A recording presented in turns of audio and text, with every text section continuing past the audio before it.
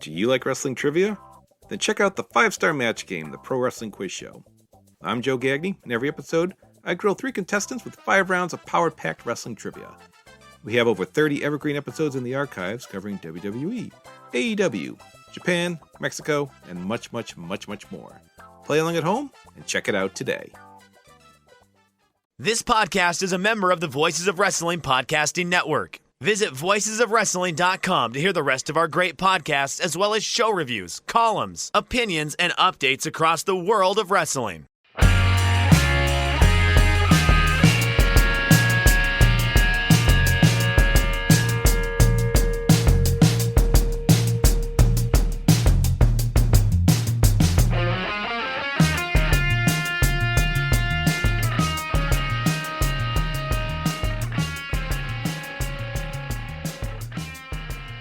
Hey kids, do you like professional wrestling? Well, we like professional wrestling too. Late into the weekend, we are Shake Them Ropes. I am Jeff Hawkins. He is Chris Novembrino. A little housekeeping. Still cancer-free after a year and a half. That's good news. Did not realize this, but looked it up this week, Chris. Next week, 10 years of the show that would eventually become Shake Them Ropes.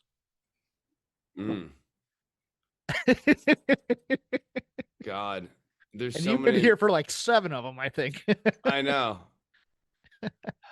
So many memories. So gotta- many. Yeah. Here's a. I like to think of all the friends we made along the way. all of them in the Voices of Wrestling Discord. Yeah. Who go, who's that jerk? Oh, don't you know he works here? I've seen that at least 3 times. It's like, look at this terrible opinion. You know Jeff works for us, right?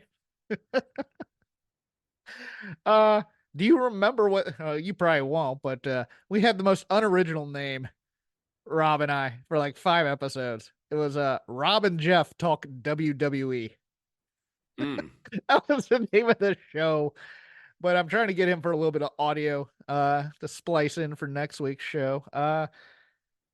I was gonna ask you if you knew who PDQ Bach was, but I don't know if this music conversation would go anywhere. No. Okay. Kind of a parody satirist of classical music historian, but he knew his stuff, and that's how I learned a lot about classical music back in the day. So we'll skip it. Any banter you want to get out before we get to the graps? I've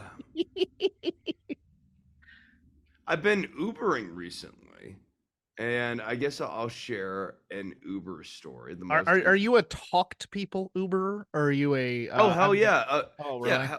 Oh yeah, dude. That. I mean, you gotta read your people, but like, if you're playing for tips, let me put it this way: if you are doing Uber and you don't have a tip game worked out, you aren't actually doing Uber. You're just killing your car.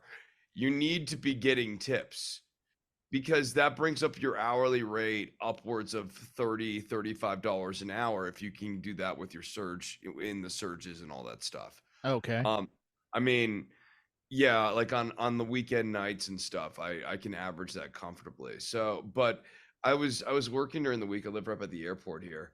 We get like, airport runs in New Mexico. I mean, because we don't have that many airports, sometimes you can get a long one that like pays a larger amount of money. And I had one that took me north of Santa Fe, like actually north and then south of Santa Fe. And I was coming back, and I turned on like my little destination router that gets you rides on the way back, so that you're not, your ride home's not a total wash or whatever. Right. And I have a stop in a like suburb north of Albuquerque known as Bernalillo, and I see my customer's name, Edwin, and I'm like, oh, he's out in the boonies. But like everything in Bernalillo is out in the boonies. Like, you're north of Albuquerque at this point, but like south of Santa Fe, there's like nothing but reservation. So I drive out to the destination. It is a dirt road, or like it is like a dusty road. There are no houses. This is not a residential area. I see a car. I see my future passenger, my new best friend Edwin, out on the side of the road, yelling at the driver of this car, his girlfriend, calling her a bunch of words that we try not to use on the show here in Mm-hmm. a string, and goes, "That's my Uber. I'm getting in my Uber." And so then he gets into my car, and he gets into my passenger side rear back, Yes. and rolls down the window and proceeds to continue to repeat many of the words that I cannot use here on the show out the window, like leaning out the window, and goes, "All right, Chris, man, I've had enough of that word I can't use. Let's go to a gas station." And I'm like, "That's not what our route is here." He's like, "No, let's just stop at a Speedway real quick." And I'm like, "All right, fine, we can stop at a Speedway. Like, you know, I'll get you something at the Speedway. Sure, whatever. I'll hook you up with the tip. Okay, sure, whatever." Take him to the Speedway. Cool. It's closed though, because everything's closed because it's after 11 o'clock. So he's like, "Let's go to another gas station." So I drive him to the second gas station. It's still closed because it's still after 11 o'clock. So he wants to go to a third gas station. And I'm like, "All right, Edwin." We go to the third gas station. There, his girlfriend, ex-girlfriend, I don't know their current status. We did not exchange numbers at the end of this incident. And she's there. Edwin gets out the car and he's like, "I'm gonna go with her." And then he goes up to her and just starts swearing at her. And like, then he gets back in the car. I'm like, "I thought you said you were gonna go with her. I thought we were done." He was like, "No, one more gas station, and then we're done. Or one more gas station, then we go back and we're done." And I take him to the fourth gas station. It is also closed. And Edwin's like, "Let's go to one more gas station." I'm like, "No, Edwin. We have gone to all of the gas stations.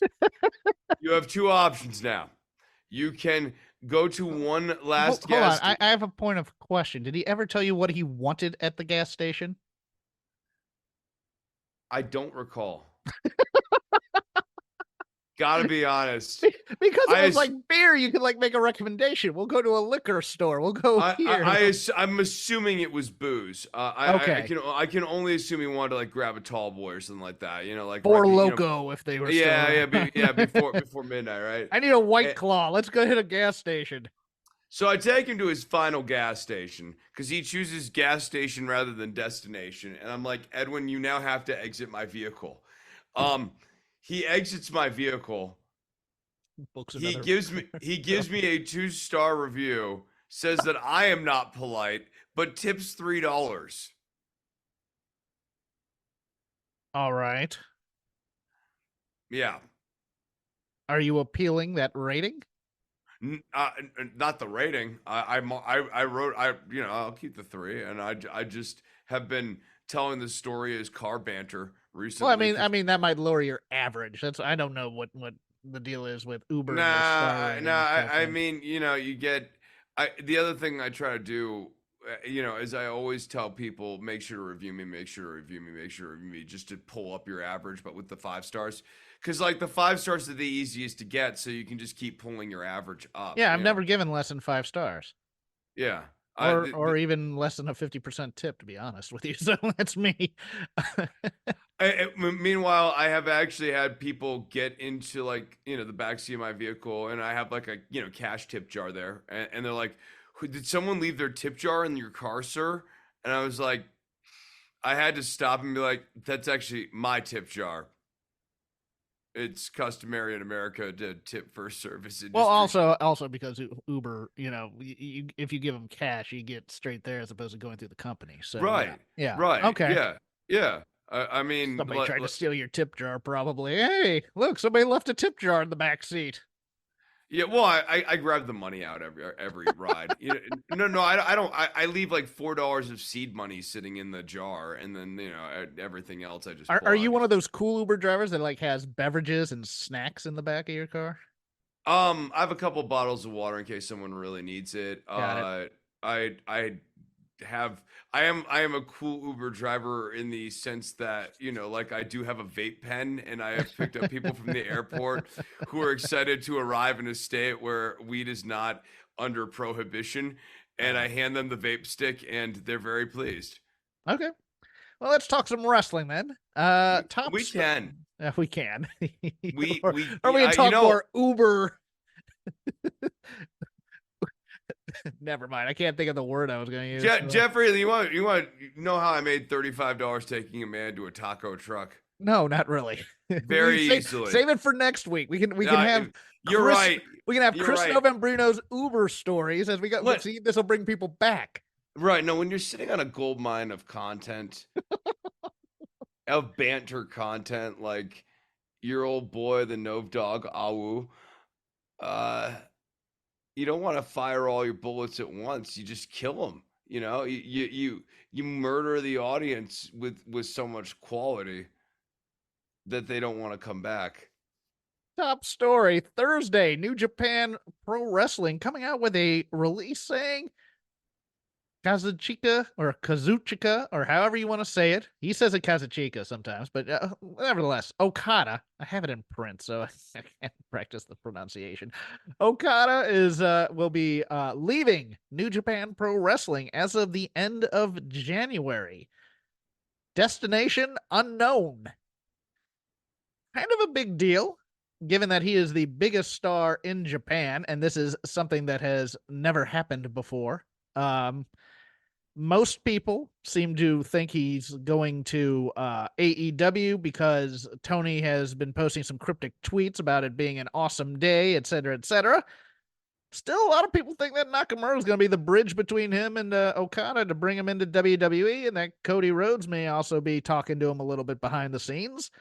But it's going to be a interesting thing, especially if AEW signs him, because now you've signed Jay White, you've signed Shibata, you've signed Okada, you signed Omega. I mean, what is the use of it? It's like it's 2014 all over again. Yeah, but what do you need Forbidden Door for if you're just going to sign everybody from New Japan? That's the question there. We'll talk about it in a bit, but just preliminary thoughts on Okada officially leaving and New Japan announcing it. I think him leaving is interesting just because it's really unclear where he's going to sign. I don't think it's super clear that he's going to AEW or WWE, and I think there's compelling arguments for him to go to either place. AEW desperately needs a stabilizing ace, and it would be an interesting and potentially high risk reward gamble to try doing that with an international talent like Kazuchika Okada or Kazuchika Okada. But WWE, I think, especially with the way they're doing characterization now, seems to me to be the much stronger call for Okada. Okada going to WWE, I think they would have a good game plan for him, a good program for him, and a good presentation of him. They can make him feel like a really big deal. I agree with you on that point, because I was pondering this today. And yeah, I mean, you have downfalls to WWE, and a lot of people, like in various discords and messages, well, did they see what they did with Nakamura? It's like Nakamura's in a feud with the top guy on Raw right now. Have they done dumb stuff? Yeah, but that was Vince. That was Vince. When Nakamura came into NXT, he was part of one of the biggest cards they ever had on his debut. The takeover in Dallas, which was a ticket that everybody was after. You know, that was the Sami Zayn match, and then you also had Balor and Samoa Joe headlining that card. AEW's downside to me, now I get you're going to have so many great matches you could have, et cetera, et cetera. But Tony is, for lack of a better term, a little lazy on these types of things in terms of assuming that everybody knows who this guy is, and then also kind of keeping the continuity there a little bit. Like, I could see, you know, he would be Super Commander, right? Like, I could very easily see Okada being. I wouldn't go that far. I would not go that far, but I could see him like, oh, he's a part of Chaos, and he's going to be palling around with the best friends, you know, as a guy there. I mean, he'll be the ace of the best friends, or something. I would think he would need a complete repackage in terms of being a big deal attraction, and maybe not being on weekly television necessarily either. But the danger in that is, I mean, look, we've already had, the Don Callis family kind of put to the side a lot of times, and we thought Takeshita was going to be that big ace that you might need in here, but it looks like because of the Omega stuff that they put that on the back burner a bit, so they don't really know what to do here. I could see Tony just going, "Oh yeah, another great wrestler here," and then Okada doing you know cheeky skits with the Young Bucks about stealing one of the Jackson's wardrobe like he used to do on Being the Elite. I mean, it's not all positive if you look at the AEW thing, and I think AEW needs him a lot more than WWE needs him. Especially I don't see a clean place where he fits into what AEW is doing storyline wise right now. Like where they having just changed champions, it's a weird time to bring him in. I mean, theoretically, having him beat Samoa Joe would be a good debut. But the plan is clearly that you're going to get that belt on Swerve. And you also have Hangman somewhere in the balance who might be another guy that you do before Swerve.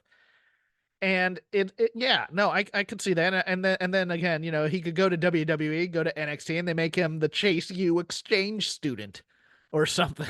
I mean, there's downsides to both. The thing in AEW to me is he'd need a mouthpiece. He would. I mean, no, there's no way he would. And there's no serious manager in AEW other than maybe Don Callis for 75% of his act, but he's also a bit of a goof when it comes to things as well. So, you don't have that Gary Hart with Muda type of thing where it's like he doesn't need to talk because he's such a badass in the ring type of a thing. Yeah, I mean, if Don Callis just completely disbanded the family and was singularly focused on Okada, he might be able to be a viable mouthpiece for Okada. Oh, Ospreay was the guy I was trying to think of when I was thinking of 4 guys from New Japan. I have that as a note. It's like, yeah, they took 4 guys from New Japan. Yeah, Ospreay is also now with AEW. They have an embarrassment of riches in terms of the quote-unquote work rate type stuff. But I also think they're overpaying for what they're getting. Yes. Yeah. In terms of actual, growth of the product. Growth of the product, right. I don't know that any of this stuff translates to growth of the product. Over in WWE, major injury. Seth Rollins suffering a torn MCL and a torn meniscus on this past Monday night's Raw in his match against Jinder Mahal. No word on if he's going to try and rehab it and keep going, or if he's going to get surgery, or what the plan is now. But Chris, to me, it seems like on Monday's Raw that they ought to have the wrong man won. I agree. It was time. You don't wish to hinder Jinder, huh? You no longer hinder Jinder. I think the cash-in from Damian Priest might be coming on Monday until they can figure something out. That's my opinion here. Boy, I forgot to check which knee it was, because remember he came back before from a torn ACL in one of the knees, and he was wearing a brace underneath there. I thought he stopped wearing the brace. I couldn't tell. But and he was going to be a major part of WrestleMania plans. So I guess it just depends on the if it's slightly torn, maybe he can rest for a couple months and then do a match in March. That's kind of limited, but Seth Rollins isn't going to be limited. Any other thoughts on that? I mean, maybe he could come back and not be the Joker anymore. That's your thoughts on his torn MCL? I hope that his MCL doesn't come back as the Joker. Okay, fine. Yeah, we can always pivot to Punk and Drew if we need to. I mean, but it felt like Punk and Rollins was going to be your Mania match, and that was going to be a money match in there. So maybe we should hold off and just do Drew and Punk at Mania, I guess. That'd be good. Tony Khan announcing today on X during Collision that, hey, it's going to be a return of the ranking system on AEW. Chris, how excited are you for the new top 10? Well, I've been saying this now for what feels like for most of my life, that ever since the ranking system has departed from AEW, there's been a market and linear decline in the product. And I welcome the ranking system's return because I think it will bring narrative coherence and consistency and quality control to the product that we have not seen since the good old days of Chris Jericho being champion. It's gonna be gone in 6 months. Here's the thing about you, Jeffrey. You don't believe. No, I don't. I'm a cynic. You at don't. heart. No. When you think about, you don't believe in this company, and that's why all your that's why all your that's why all your God. takes are crap. It's why they all stink. Oh, jeez. Why is Jeff such a WWE stan? That's No, like, if you were a bigger fan of the company, you'd have better opinions about it. you would be rooting for them instead of criticizing them all the time. Right. Honestly, like negative takes hurt a company. This isn't a negative take. It's just it's not. Whatever. You don't even know what's positive anymore. He couldn't keep track of basically top 5 rankings before. And now he has 2 shows with to do them. He was seeing other things in his visions than just simply numbers. There were letters, there were words, there were people. Sky blue. On the injury front in NXT, Cora Jade torn ACL. Looks to be out another 9 months after just coming back. And getting like heavily featured and pushed and like having so much of things moved around her. Yeah, she toured at a house show, I think in on the Coconut Loop, as they call it. But yeah, and they've also now blamed somebody on TV for it. The newly rechristened Maddie Renkowski, I think her name is Ren something or other. They're blaming her now on TV so that there's a feud when she comes back. That's an interesting twist from NXT. You never really see that. Blame a babyface. Well, no, I think she's a heel. Oh, or no. Actually, you know what? She was in one of those. She was in one of those Chase U skits.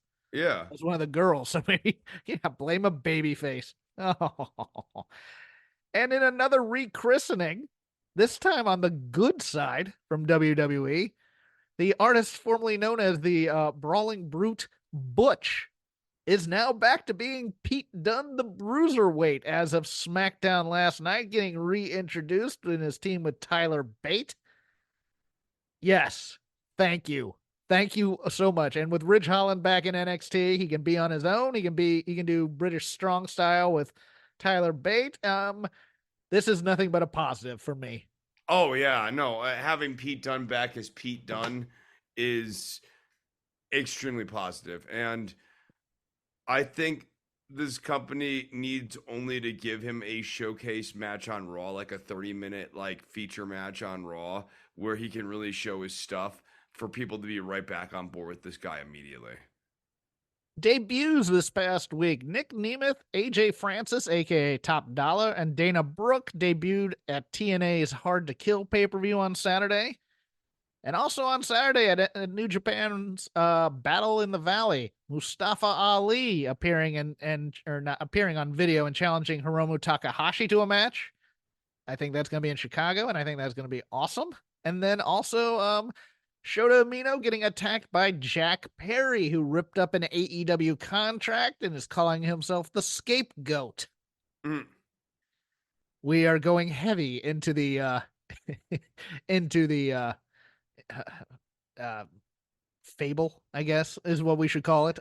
These men were not hurt during this breakup, and I don't know why anybody would act as though this breakup hurt these guys. Which breakup are we talking about?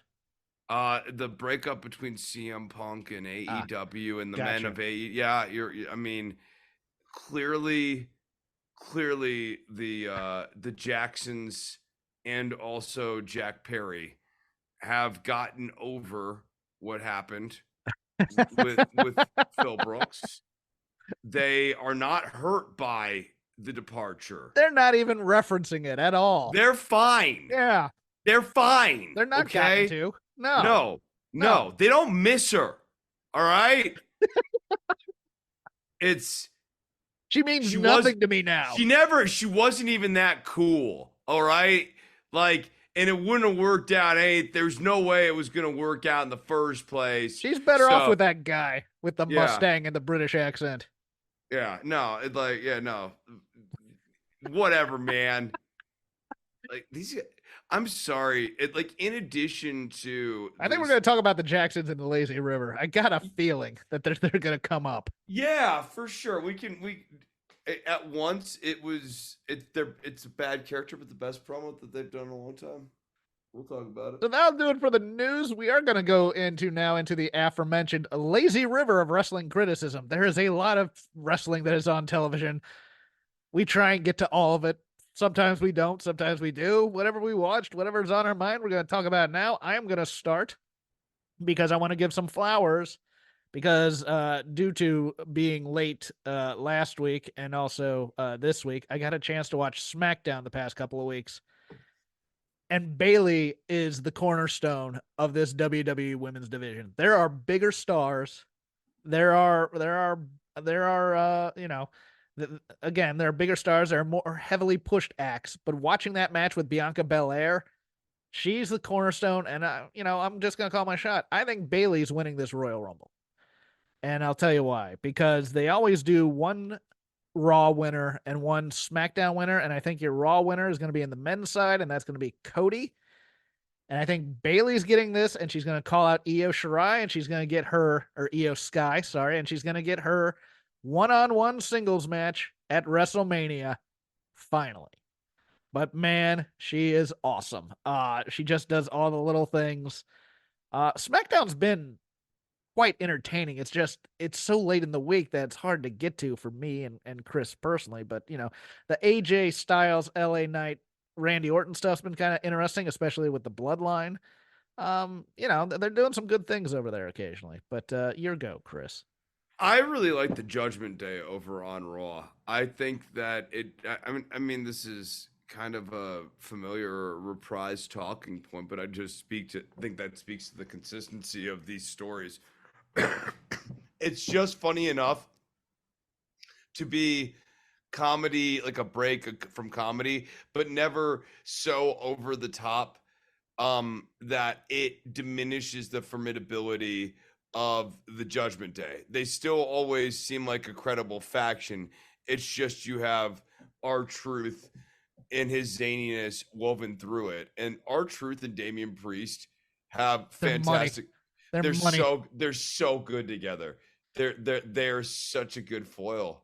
I'm grading on a curve here because I generally don't like comedy acts interacting with main event things unless they get beaten down to get heat. But I also know what WWE as a company wants this type of stuff for moments, for video packages later, for Hall of Fames and things like that. I'm going to ask a question here. And there's a few other candidates for this, but before I get to that prelude, some of R-Truth stuff has towed that line of racist and he's dealt with it with good humor, but at the same time we've gotten uncomfortable on this show talking about some things. But yeah, is he the best to ever do this kind of stuff for WWE? Because Santino was really good. He's got to be, because he there's so many different times where R-Truth has had funny interactions with people. Like he brings out additional humor from the straight man. And he's a madman because he makes those guys corpse, even though the joke's coming. Yeah. That's the thing. They came out with a Tom and Nick Mysterio t-shirt on WWE Shop, by the way. It's just two twin Doms and R-Truth. It's the best. It's just so stupid. It's funny. And unrepentant stupidity is my thing. Continue though if you have anything else on that. I just I think it works, and even that the main event match with the Awesome Truth versus the Judgment Day. It's Don't tag comedy. In. it's that was funny. I have not laughed as much at WWE humor in a very long time, and I don't. It was I a mean, good week for WWE type humor if you like that kind of thing. Because over on NXT, both Adriana Grace and Von Wagner popped me. Like Adriana Grace, not the best wrestler in the world, but this character of hers, this beauty queen thing, where she's just so disingenuous to people that they turn her off and they leave. Like the bit with her doing the speech while people left the locker room. I howled at that. And then Von Wagner and Noam Dar, where Von's basically asking him about the rules for the Heritage Cup, even though he knows what it is. I mean, Von Wagner has some sneaky anti-charisma, much like the Lone Wolf, who also that thing with Braun Breaker, the a-holes, also very funny. It was a good week for WWE style comedy, if you like that. Yeah, I know. I just, and the kind of upward trend of the consistency of the writing and the consistency of the characterization. Drew McIntyre continues to be a really interesting and compelling character. Yeah. WWE is increasingly a very easy watch, even at its length. Like Raw didn't feel, it was long because it's 3 hours, Yeah. but it didn't feel like a chore. It wasn't an unpleasurable 3-hour show. No, I got two other notes for Raw. One good and one I don't understand it at all. The Xavier Woods Ludwig Kaiser match, again, another banger in terms of guys just beating the crap out of one another.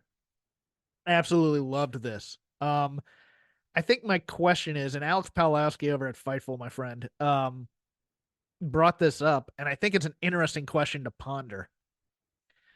Is it at all possible that this entire Imperium New Day feud is to set up possibly Big E versus Gunther and him being the one to break the streak? Now, I wouldn't recommend it because of the whole neck thing, but I could see like a 6-man type thing at Mania where Big E doesn't have to do a whole lot in there, possibly as a feel-good story to have one last match. Because I don't think he's ever going to come back full-time. But this feels, because we've now had Kofi, we've now had Xavier, they're going up against a 3-man thing. To me, it just feels like a setup to bring back Big E in some way. I'm not sure how, but I'm just going to put that out there. What do you think? That's certainly one option. I would suggest another option's a classic friend of theirs, The Big Show. Shut up. The one thing that I didn't understand, I have no idea why they gave Ivar the big win over Otis last week, only to have him lose to Tozawa. I like Tozawa, don't get me wrong, but it felt like we're trying to build him up as a singles type of guy, and now it looks like he's going to lose to Tozawa, and I think he's going to lose to Chad Gable also. And look, I'm sure Maxine's very nice. I don't think she brings a whole lot to the act necessarily, but did this confuse you as much as it did me? I mean, I don't lose a ton of sleep over what Ivar and Valhalla are doing on a regular basis because it seems like the planned kind of more heavy push of Ivar has been stopped. It is Like, Ivar, right? Not Eric. I'm right on that Ivar. one. No, it's Okay, Ivar. thank you. Yeah, it's Okay. Ivar. Yeah. Yeah, Eric's the bald one. Gotcha. Yeah, no, that just was like, okay. I thought we're gonna go. He's gonna go through them, and then he's gonna like run into somebody like Bronson Reed, and we're gonna have like 2 big hoss fights again. You know, we're getting a hoss league finally in Raw, and I'm all about that. Your turn, sir. Okay, let's go over. Let's go to the land of AEW. Yes, let's. What do you want to start with? Boy, I'm gonna go with Deonna Purrazzo, Anna Jay, and Timeless Tony Storm. Okay. So last week, the way Deonna Purrazzo sort of set up the match with Anna Jay, the implication was that she was going to make an example out of Anna Jay's arm to Tony Storm. And that should have been the way this match finished off, not just simply a submission, but that like Deonna Purrazzo shows off a mean streak, especially given the fact that we have been casting Toni Storm as no less than a tweener here for the last several weeks. I mean, she's nominally a heel, but is she? They applaud her when she's coming out. There's no boos. She gets pops, yeah. Yeah. I mean, what is a heel with no booze? You know what I mean? Like, you can say Dominic Mysterio doesn't earn his booze, but no one debates that he's a heel. I don't understand bringing in Deonna Purrazzo as a big deal and then having her do 2 50-50 matches, one with Red Velvet, one with Anna Jay, and then cutting. It wasn't even I'm here to take your title promo. It was, we used to be friends back in the day, and I don't know what's happened to you. And then it was such a weak expository promo when all she needed, I'm going to, yes, have her tear off Anna Jay's arm, hypothetically speaking, and then say, I'm going to do the same to you, Tony, and, red will be in your black and white film or whatever. Just something a little more menacing and a little more of a call out versus we're doing story and they have a backstory when they were in Japan together and everybody knows this. So, hey, member berries for everybody type of a thing. Just do the straight up pro wrestling promo where I want to kick your ass and I want that title. And that's all you would need. And this was a problem in the Roddy promo as well. It's just and because Roddy has to scream random stuff during the promo and instead of getting to it, and it's just that is not like screaming someone's name is not a tagline. This was not a particularly funny bit to begin with, but only actually made sense when you were doing it with Adam, your best friend that you were just trying to annoy the shit out of. Like, that was the whole premise of that being funny. It would be like if every time I was trying to speak on the show here, I screamed Jeff's name and then tried to have a completely normal conversation. It's only funny because of the intimacy, right? Like, it's not funny if you're just screaming like, Becky, like, someone random person's name. Like, I don't, know Becky. So like me screaming her name's not funny. It's funny when like, you've known Paul your whole life and you're screaming Paul's name.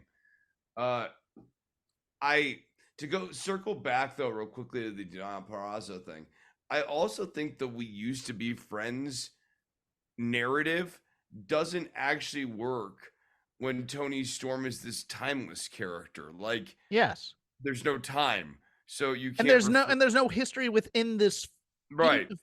There's this no history to do this. Yeah, and then Tony ate Deonna alive, calling her was it an overtanned hag on a week where she was taking crap for her appearance.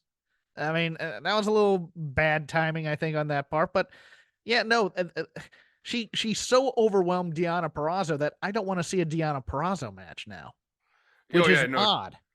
Because I love Deonna Purrazzo, and I think her and Toni Storm can have a great wrestling match, but this feud is so one-sided, and it still appears like the end game is Mariah. It just doesn't interest me. And this is like, I mean, the danger that someone like Okada needs to look at. Like, yes. Yeah, it doesn't actually take that many weeks of bad presentation for the bloom to be off your rose in a serious way. Things I liked in AEW this week. One quick one, and then I'll expound on the other one. Dustin and Christian was just great old school comfort food for two guys over 50 who just know how to work. I adored that match. But the Hook Joe intro on Dynamite this week was fantastic. It was the best intro to Dynamite I think they've ever done. It hyped the main event. It told you to stay tuned for the main event. It told you who the two guys were in the main event. It told you everything you needed to know about the two guys in the main event. Now, once we got to the main event, it was a good match. I wouldn't say it was a great match. But for me, I think two things. Number one, Hook needs a little bit of work on both selling and his comeback, because his comeback looked like he was flailing a bit and he looked small. compared to Joe, of course. I wish he'd go on an excursion to Japan and learn the ways of the Japanese. Let's put it that way. But the story also was, okay, this is Hook's moment. Everything should be focused on Hook. And when they were doing the whole, Joe beats him, Hook gives him the finger, Joe comes back to beat on him some more. That should have happened 2 or 3 times.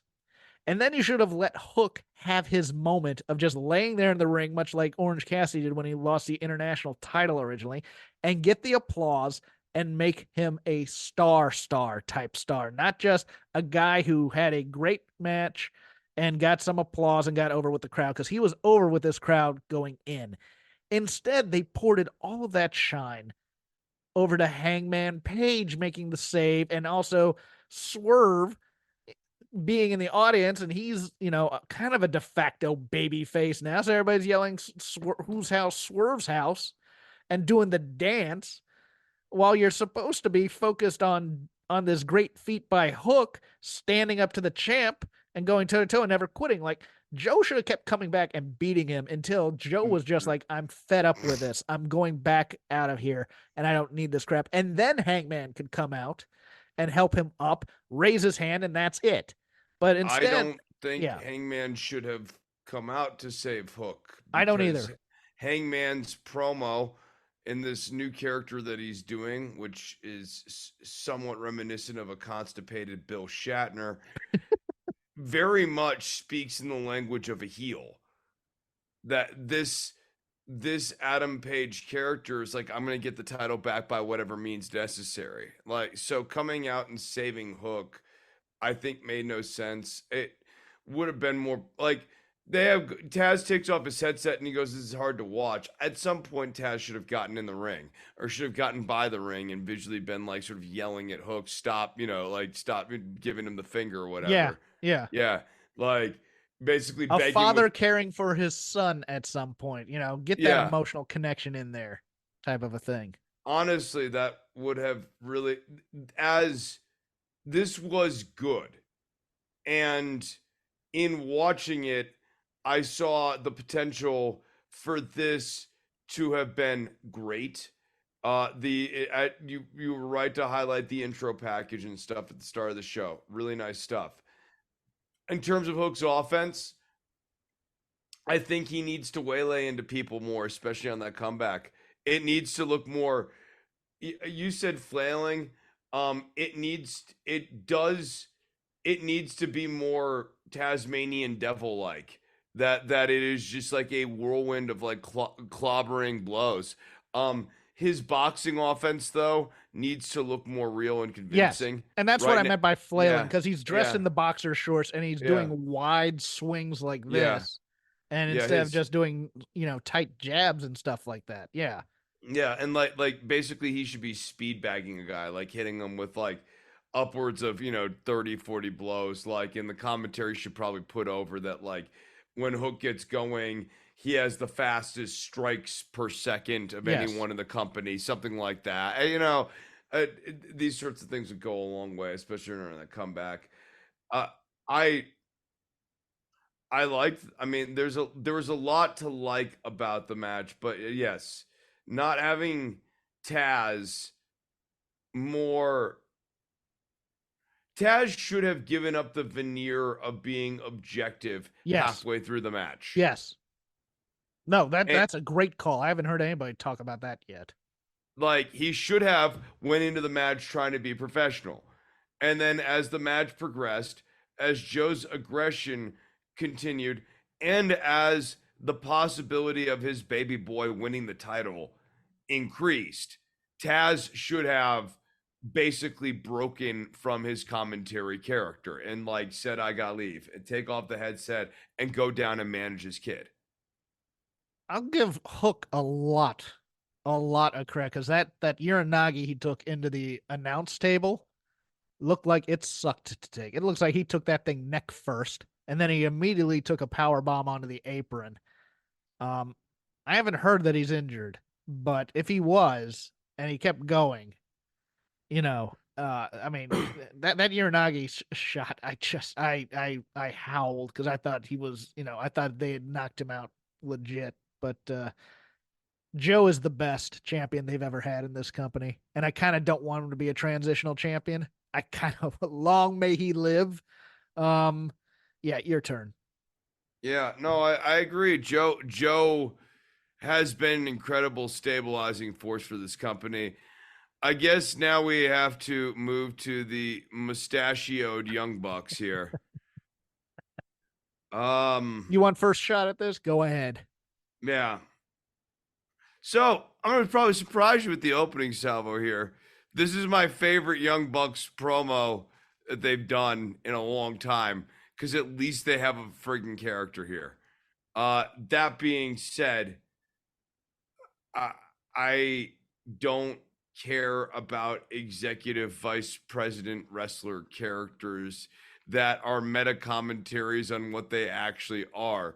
And I also think like there's a weird, so the type of person who would like want to do a bizarro character of themselves as a dick on television as sort of a way of saying I'm not a dick is the type of person I'm inherently skeptical of being a dick. I'm going to add a wrinkle to your analysis on there because if you haven't figured this out, they're doing they're not only parroting themselves as EVPs, they're doing double Vince McMahon's. Vincent, they're now calling themselves Yeah. by their real names. They have the mustaches. They've used a couple of buzzwords that Vince has used in terms of like change the world, I think was one of them. But I agree with you on the office politics stuff. I've long said I don't like office politics. I don't like heel authority figures. I don't like. I also don't really care about a parody of Vince McMahon in 24. I agree. I will. Here was my note. Because I also kind of agree with you that this is the best.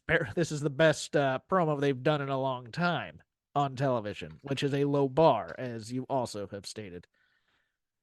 I don't think they went absurd enough. They're towing that line of being satire, and they're getting too much praise. I love Brian Alvarez. I think he's the best at it here, but he overpraised this way too much on Observer Radio. They're not absurd enough. They're towing that line of being cheeky and making meta references where if they were going to just be absurd, we're executive vice presidents and keep that absurdity when talking about Sting. Sting, terrible employee. Didn't have the decency to put in his 2 weeks notice when he decided he was going to hang him up or whatever, doing that kind of absurd officer type stuff and going into the absurdity of the character choice that they've made instead of just going. They went half-assed with the absurdity is my point. They're trying to be clever instead of absurd, which is what they're doing. They're being, I mean, everything about them is being absurd. Even the setup should be, Renee, you should have to come to our office to speak to us because we are executive vice presidents now. We don't need to come into these chairs, et cetera, et cetera. They need to go heavier into how stupid this thing is to really get these guys over as heels. I know everybody's gonna go with the insidery references and look for Easter eggs and stuff like that. But as a pro wrestling character, this is where being more broad would work, I think. Yeah, I mean, if they're gonna be the executive vice presidents, I think two things need to happen. One, if you're really going to do this, they need to actually have more of an active role in terms of on screen. You guys are having a matchmaking sort of things, like you're the vice presidents, like you should be kind of doing that sort of thing. And second, I think they need to be actually just more completely irredeemably bad. Yes. I think that's what I meant too. Yeah, it's not even about absurd, not like Seth Rollins. Ha ha ha.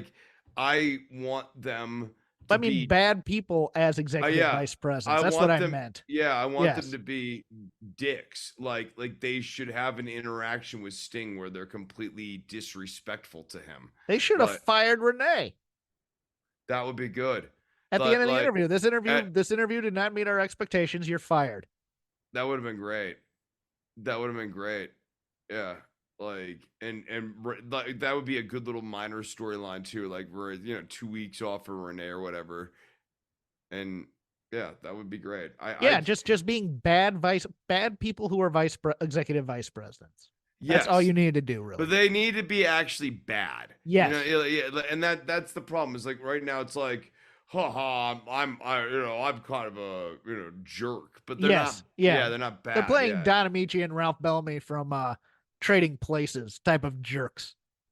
Yeah. Where they're making a bet for $1 to see if what they can do to people.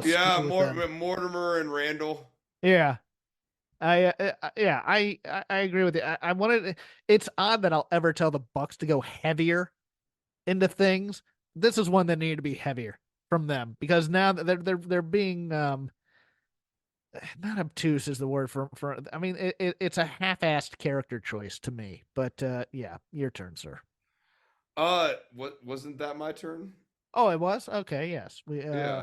I felt like I talked most of it though. So that's how we're scoring these now. We don't really score. No, we don't have points. Little Love also back into NXT territory. I really enjoyed that Anofi and Malik Blade match versus Trick and Mello. Right, that was actually pretty freaking entertaining. Yeah, I think Anofi and Blade have really improved. And look, I really liked Malik Blade in the sweater vest. I gotta admit, I thought that was a clever character choice with the more flashy Anofe. But these two teams worked very well together, I thought. Yeah, no, great chemistry. Nice combination of high flying offense and ground offense. Like good ratio of that for my taste. And a really nice pace to this. I thought that this was pretty good. The next segment on NXT, Obafemi closing the open challenge, I thought was a bit lame. Oh, really? Okay. Yeah, I like the actual idea of closing the open challenge. I thought that was good. I just thought the promo way overstayed its welcome. I liked him a lot at first when I thought he was a babyface. And then he shifted to being a heel, and you're like, oh, these guys want to cheer him. Let him be cheered type of a thing. He had good poise. Like he was doing, was it the laughing or he was doing kind of an LA Knight thing when LA Knight goes, yeah, when he's ending a point. I forgot what it was he was doing, though. It was like a growl or something towards the end so he could recenter himself for the next line. And I thought, that was an interesting choice given how little experience he's had doing this type of thing. Dragon Lee and Obafemi does nothing for me though in terms of a match. Dragon Lee lost. Here is a big problem for me too. So Dragon Lee is guaranteed a rematch. Yes. For his championship, but like WWE has had that established, and that even went away, and then it came back. Obafemi can't take away rematch clauses. No, and because he won via a cash-in versus an actual match, he should be required to have to defend against the champion in a one-on-one match. Yeah, that's always been good storytelling to me. Bad storytelling, if I may.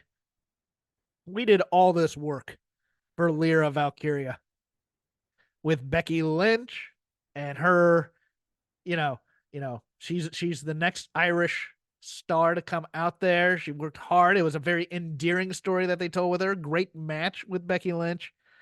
To then stick her in this stupid single white female feud with Tatum Paxley. I imitating will not hear this, sir. I will not hear this, sir. This is Tatum because Paxley Lyra Valkyria has improved on promos. She's improved on poise as champion.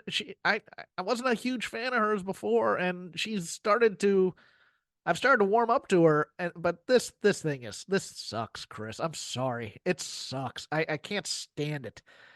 with the feathers, and we're going back to the lore stuff. And I don't want the lore stuff. I want her to just be a good champion.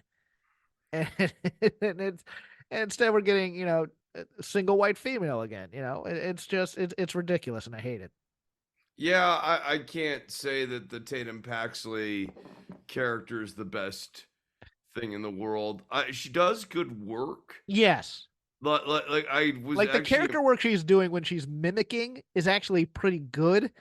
And mimicking and also even like modulating the way she does offense in the ring to be more Lyra Valkyria. yes, I thought that was pretty cool. but the story But stinks. the story sucks. Yeah, I know. I'm with you. I don't disagree on that. How are we feeling about Roxanne and getting thrown in there with Lyra? Because I think what's going to happen is either Tatum screws Lyra there, or she cheats, and then we're going to end up turning them heel or something like that. Or there's going to be that uneasy alliance like Sting and Luger. But I just, it's one of those things where it's like we're going back to Roxanne, I think, way too early. I think Roxanne actually should be moved up after Mania, but that's me. But what are your Yeah. thoughts on that? I mean, I would turn Roxanne heel, but then Oh, really? yeah. Oh no, I would never turn Roxanne Perez heel ever, ever. It's one of those things where it's like that's like Bailey when she was in the hugging phase. Everybody wanted to turn her heel because this gimmick doesn't have a lot of shelf life. And look, No, I think that they have written themselves into a corner with Roxanne right now where she okay, needs at least a short-term heel turn. all right, that'd be interesting. Yeah, I Like, just it could be a she lost her way sort of heel turn. well, they've been And then, hinting at that a little bit from time to yeah, time too. Where she's being a little more aggressive on interviews and things like that. I just, Chris, as big a cynic as I am, I just want something pure and optimistic in this world, and that that's was why you Roxanne have Perez. me. No, oh God, no. I'm nothing if not pure and innocent. Oh yeah, that's what I think of when I think of the no. That me too. Me too. No dog is pure awu. Do you have anything else? I don't know that I do. No, I think I'm good here. Okay, no, I'm good. I'm good. You sure? Last chance before I end the show. No, I was like looking at the Low Vice thing, but we just kind of already talked about that. I think Lola continues to be, solid, good screen presence. Boy, Carmen, not Carmen, Electra, Electra Lopez. Electra Lopez. Thank you. Boy, went from being part of the part of Legado del Fantasma to now being the person who's going to put Lola Vice over. That's just yeah, no, that women's battle royal was nothing special, but I thought there was some, I always think Kiana James is good. Thea Hale is just a maniac. She's great. I don't know what we're gonna be doing with this OnlyFans Chase U story. I'm a little frightened by that, to be honest with you. Thea Hale still pure somewhat to me, but it's one of those things. But you're a big Lola Vice fan, so I'll let you have it. Yeah, well, We'll end the show there. You can follow me on X at CrapGame13. You can also follow the show, Shake Them Ropes, all one word. I update that when we upload things. We are part of the Voices of Wrestling Podcasting Network. Still going strong after 10 years for us. Lots of podcasts for all your various fandoms. If you're a fan of Puro, we got shows for that. If you like if you like TNA, I believe Garrett Kidney does great work for that. TNA historian. We have Days of Thunder. We have The Good, the Bad, the Hungy, and of course the flagship with Joe and Rich. I do a show called The Dynamite Show, very original title, over on Fight Game Media. what do you guys talk about? I think we talk about Dynamite about 20 minutes after the show ends. This week it was myself and Kevin Ely break it down. He has a very dry sense of humor, so we got along really well on there. That's available on all your various podcatchers or on YouTube Live 20 minutes after the show. Chris is here. He can be your personal Uber driver if you wish to hire him and tip him and give him better star ratings. He also does guitar lessons and is basically hustling out there. Chris, plug your stuff. Yeah, if you want guitar lessons, follow me on Instagram, instagram.com/DOCTOR_NOV. And if you want Uber rides, Just message me, and you can like get them without the app. It's way cheaper that way. Or hire Chris as your driver, your butler. Would you wear the uniform if I hired you as my butler or as my driver? Like the hat? Be like driving Miss Daisy. It'd be a lot of fun. How much would you pay? Minimum wage. No. Plus tips. No, I'd pay well. I can't afford you. You're too Right. expensive. No. That's true. That's true. I'm a $40 an hour man. We'll see you next week for the 10th anniversary spectacular. Oh my God, can't wait. Hello there, my name's Neil David and I'm the host of Eurograps Express, the podcast exclusively dedicated to the wrestling of Europe. If it's wrestling and it happens in Europe and it's good, we talk about it. Whether it's Rev Pro, Progress, WXW, Passion Pro, Pro Wrestling Chaos, Pro Wrestling North, we don't care, we talk about them all. If it's good and it's exciting, I want to share it with you. We're on the Voices of Wrestling Podcasting Network. Check us out on the feed. Check us out on Twitter at EuroGrapsEXP. And join us for chat about European wrestling and a little bit of chat about cheese. Hopefully see you there.